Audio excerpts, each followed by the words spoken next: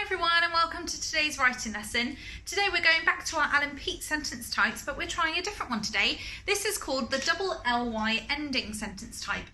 And you can see from this side of my board here, I've just listed some different adverbs that end in ly to help me with my writing today.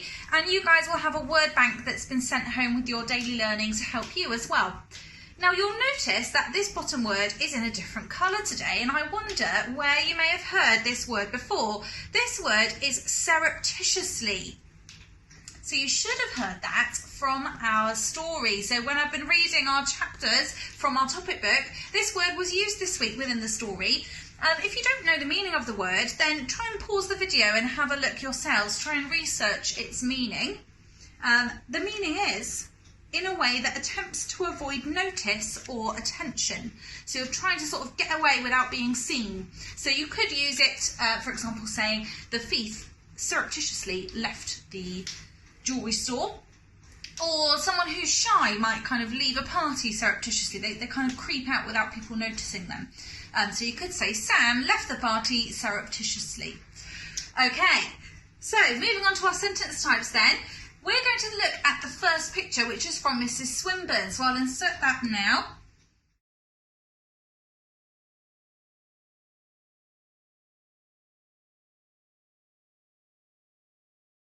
He's holding him. So I'm going to start off with the word carefully. So I'm going to start with my capital letter. Carefully and lovingly.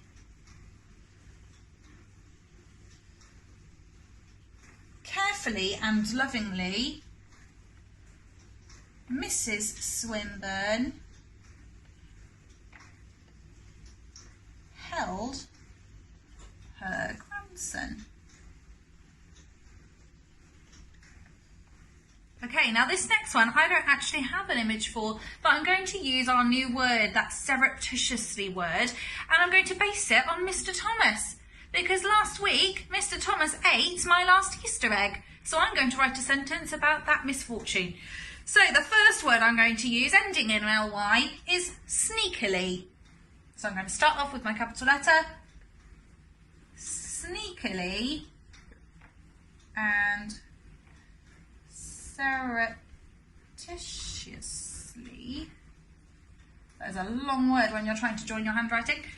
Mr. Thomas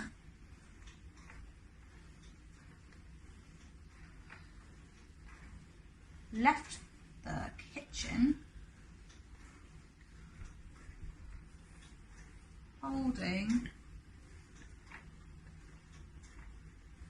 the last Easter egg.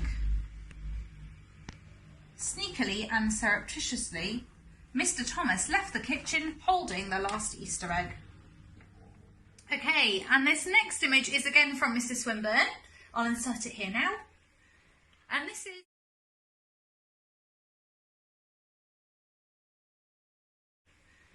this is her with her daughter's horse, who is called Maverick. So let's think of two ly words to describe what he's doing here. Now I think he's kind of nibbling at her hair or her ear. So I'm going to say confidently. So begin with my capital letter. Confidently and playfully.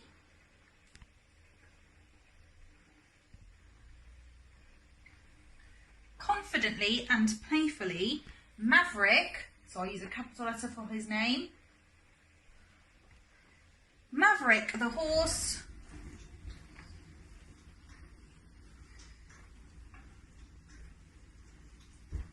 nibbled at Mrs. Swinburne's hair. Now, I've deliberately left a piece of punctuation out here, so I wonder if you can pause the video and spot what's missing. Now, in class, sometimes in Cedar, we would put a blindfold on right now and we'd have something in our hands and I'd spin you around. I wonder if you can think about what it is.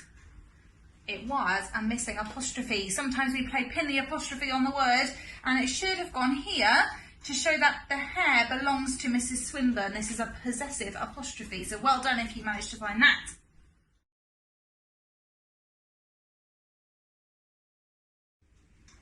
Okay, and then the final image today is a picture of me from a few years ago. It's actually in the room that I filmed these in my kitchen, where we knocked a wall down. I didn't actually do the whole thing, guys. I just posed for a photo. But we're going to use this as an example for my writing again. So I was definitely careful. Let's go for carefully. Carefully and enthusiastically.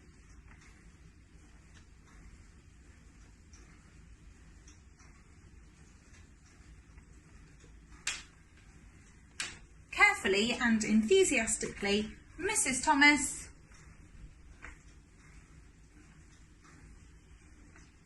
knocked